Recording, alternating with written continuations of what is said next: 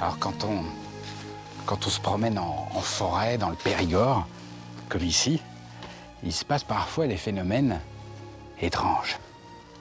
Ça se passe en 1953. Il y a un petit groupe là qui se balade à cet endroit et qui tout à coup aperçoit, sortant du sol, comme un souffle, comme une buée, comme une sorte de terrier de renard qui fume. Alors évidemment, ça les intrigue. Ils vont demander au propriétaire du terrain l'autorisation de rentrer dans le trou. Et là, c'est le début d'une grande histoire. Sous les yeux des découvreurs, un décor incroyable.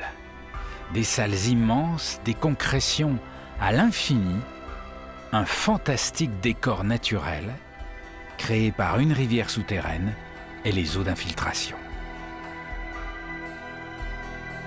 Ce qui est vraiment exceptionnel ici, c'est la quantité, la densité de concrétions calcaires comme ça. Il y en a partout, partout, partout. On a l'impression qu'il n'y a pas 1 centimètre carré de roche à nu. Faite sur 360 degrés, c'est féerique.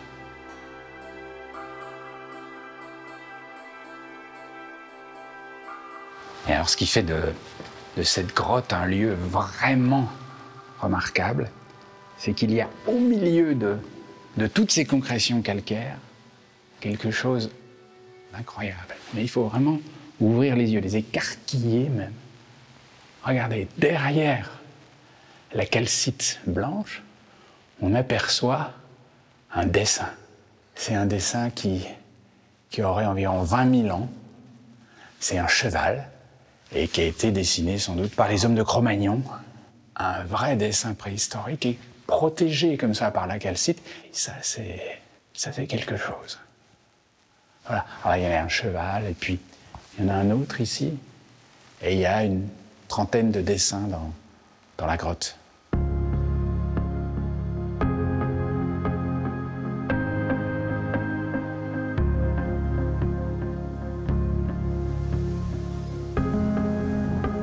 Et de la grotte de Villars, on ne connaît qu'une partie.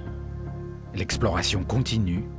C'est un immense terrain de jeu pour les spéléologues de la région. Bonjour messieurs. Ça va? Bonjour. En plein équipement. En plein équipement? Bonjour. Ça a l'air salissant ce que vous allez faire. Un peu. Elle est colorée. Qui, elle? L'argile. Ah, l'argile. Oui. D'accord. Donc alors là, qu'est-ce que vous partez faire alors? Là, on va de la partie non touristique de la grotte de Villars pour continuer une exploration. On est sur une galerie que l'on a découverte récemment et qui continue, mais c'est quand même étroit. On va se soucier de ne pas s'égarer et de ne pas ressortir de ce labyrinthe. Voilà. Ça, c'est quoi ça? C'est un détail de l'exploration que nous allons faire. On va rentrer par ici, précisément là, et on va faire tout ce qui est un peu en grisé là, voilà. Mais dedans, il n'y aura pas de panneau, hein. Il n'y a aucun fil d'Ariane, on ressort comme on peut. Et ça fait combien de surface ou de longueur tout ça? En développé, on a 13 km. 13 km. Oui. C'est énorme. Qui constitue la plus grande grotte du département. Et est-ce que ça peut aller encore plus loin? Est-ce qu'il y a des... Si ça se trouve, c'est beaucoup plus grand? Hubert connaît même des endroits. Oui, parce que Hubert, il faut quand même dire qui c'est. Hubert, c'est le propriétaire du terrain, c'est-à-dire le fils de celui qui avait autorisé les premiers découvreurs à rentrer dans la... Le petit-fils, plus exactement. Ah, le petit-fils, pardon. Voilà, c'était mon Excusez-moi. grand-père Olivier, voilà, qui avait donné l'autorisation aux spéléologues de l'époque d'entrer dans ce fameux terrier de renard. Le terrier qui fume. Voilà, là d'où sont parties toutes les explorations. Et donc vous espérez quoi là, qu'ils vont trouver un grand trésor? On en a déjà. Donc si on peut en trouver encore plus, c'est pour ma satisfaction et aussi pour celle de mes copains spéléos. Ben, ça donne envie, je peux venir avec vous? Bien sûr, il faut s'équiper.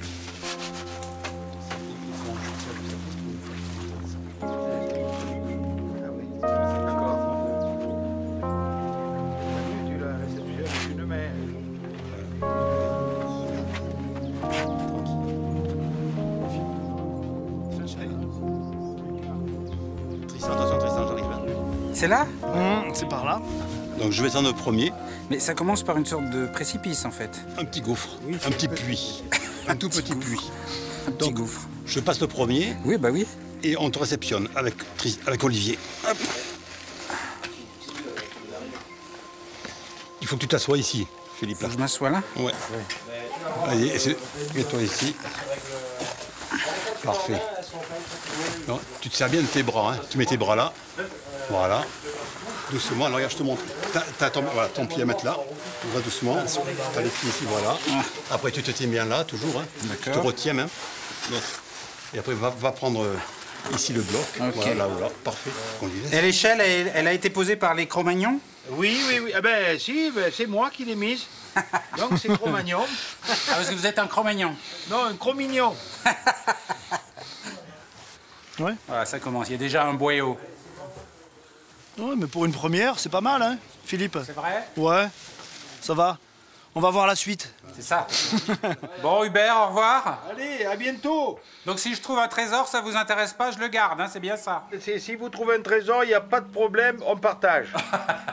D'accord.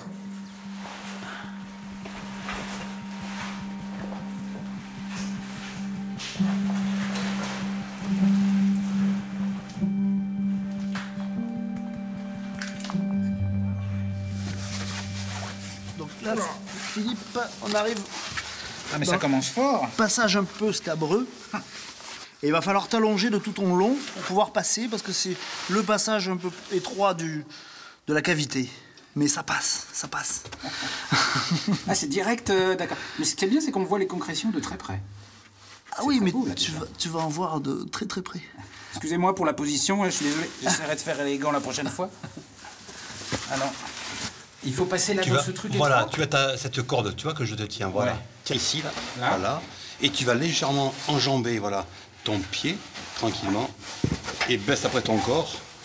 Voilà. Et tu vois, je vais te mettre le pied délicatement. Tu es quasiment 10 cm, 20 cm, 20 cm. Hop, tu es quasiment. Là, tu es. Oh mon Dieu. Tiens-toi, non, t'en fais pas. C'est très étroit. Non. Et là, qu'est-ce que je fais après? Alors, je vais passer le premier. Comme ça, tu vas bien regarder ce que je fais. Hein, un pas de danse. On va aller par là-bas. Ouais. Et on va se mettre un bras devant. Et le bras sera comme ça, ou sur ta corde. Mais ça fait 20 cm de large. Non, pas du tout. C'est grand, c'est grand. Ah, mais c'est effrayant, mais je vais rester coincé. Non, il n'y a pas de problème. Non? Non, c'est Et impossible. si je suis coincé, comment est-ce que vous me désincarcérez? On te fera sécher pour te sortir. Bah, je sais pas où mettre le pied. Vous l'avez mis où? Tu sais, t'as pas trop le choix. Descends un peu. Ça? Ouais, super. Et là, tu t'engages maintenant. T'engages tes épaules. Je suis accroché dans le dos. Non, je suis là. Voilà. Tu baisses. Comme ça? Ouais, c'est bon. Mais c'est gagné, hein. Et là? Oh mon Dieu. Ah. Je sais pas comment je vais sortir de là. C'est d'avancer encore un peu et de libérer ta jambe gauche. Dès que tu peux la libérer, c'est sorti. Donc, tu la descends. Appuie sur moi si tu veux. Oh la catastrophe. Je peux m'appuyer sur vous? Oui, mais ça, on a l'habitude. En fait, je crois que le truc, c'est qu'il faut surtout pas réfléchir à où on est. Faut juste penser au coup d'après. Tu avances, c'est tout. Voilà. Parce que dès qu'on réfléchit, c'est l'horreur. Et là, je mets mon pied dans une corde. Oui, bah, bien sûr, tout va bien. C'est un étrier sur ta jambe, sur la corde. Ah, mais il y a un précipice en dessous. Non. Mais heureusement que vous m'avez absolument pas dit ce qui se passait dedans. Hein. Oh là là. Et il faut quand même un courage de dingue pour se lancer dans ce genre de passage la première fois quand vous découvrez le lieu.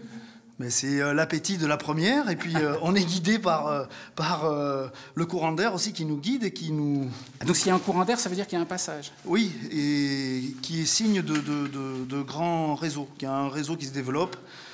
C'est un Mais c'est peut-être un tout petit passage dans lequel vous allez rester coincé. Oui, mais on va forcer, on va forcer le passage et Mais comment ça on deviendra... force quand on est coincé? On envoie les plus petits d'abord. Mais vous restez coincé des fois? Ça arrive. Et qu'est-ce qu'on fait? On sort les massettes, burins, et puis... Quelle horreur! C'est horrible. Bon, allez, on avance, faut pas trop réfléchir.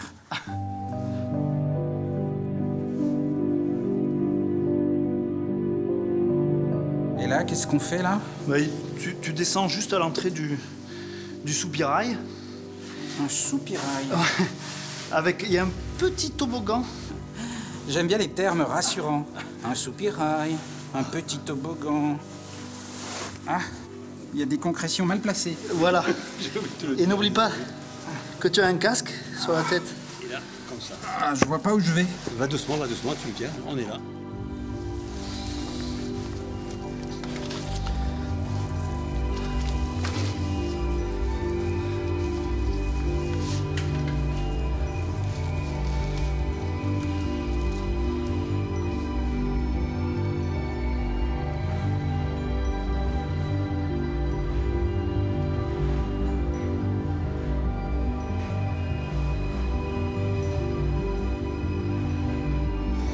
Comment on passe là, à genoux?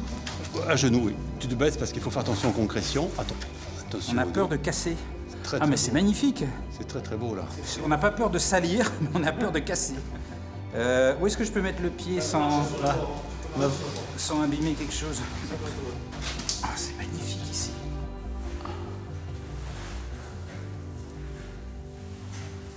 La première fois qu'on tombe sur des lieux comme ça, qu'est-ce qu'on se dit?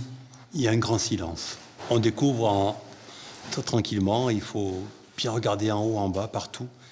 Et là, bien sûr, c'est le grand calme, le respect des lieux. Et surtout de savoir marcher, pas n'importe où. On essaie de conserver les concrétions. Et c'est donc voilà, l'extase de découvrir et d'apprécier les paysages.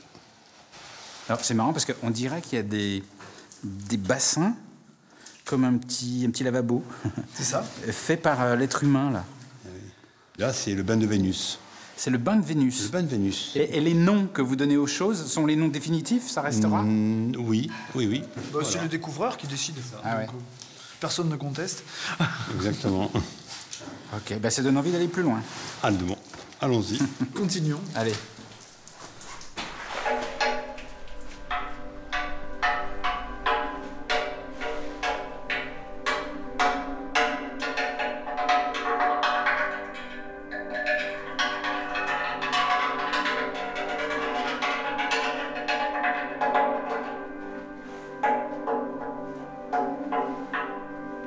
Et c'est magique ces endroits. T'as le geste spéléo. T'as le pas suré. Très bien, là, Philippe. Voilà.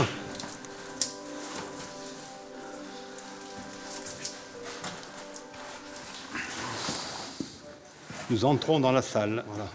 Oh là Comme là, ça. c'est beau. Regarde. Belle salle avec des concrétions toujours. Et un beau volume. C'est toujours piliers, colonnes, stalactites, stalagmites, des draperies.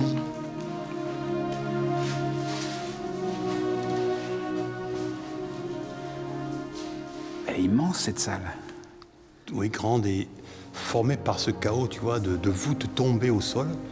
De voûtes, des blocs de roches. Oui, tombées de la voûte, tu vois, là. Tout où nous sommes, là, assis et où on évolue, tout ça était auparavant sur la voûte. Ah, Et ça donc c'est continue. tombé, c'est un gros chaos. Exactement, de la voûte, petit à petit, ça tombe, tu vois. Pof. Et alors, cette grosse colonne là, on a l'impression qu'il y a eu un coup de scie au milieu. Qu'est-ce qui s'est passé? Oui, donc elle était réunie toute entière auparavant, et puis le poids de cette masse de colonnes s'était enfoncé par le sol. Et c'est séparé par la partie plus fragile, par le haut. Ah, ok. Voilà. Donc en fait, c'est tout le temps en mouvement, ça bouge, ça C'est ça. s'effondre, ça... Sa vie, sous terre, sa vie.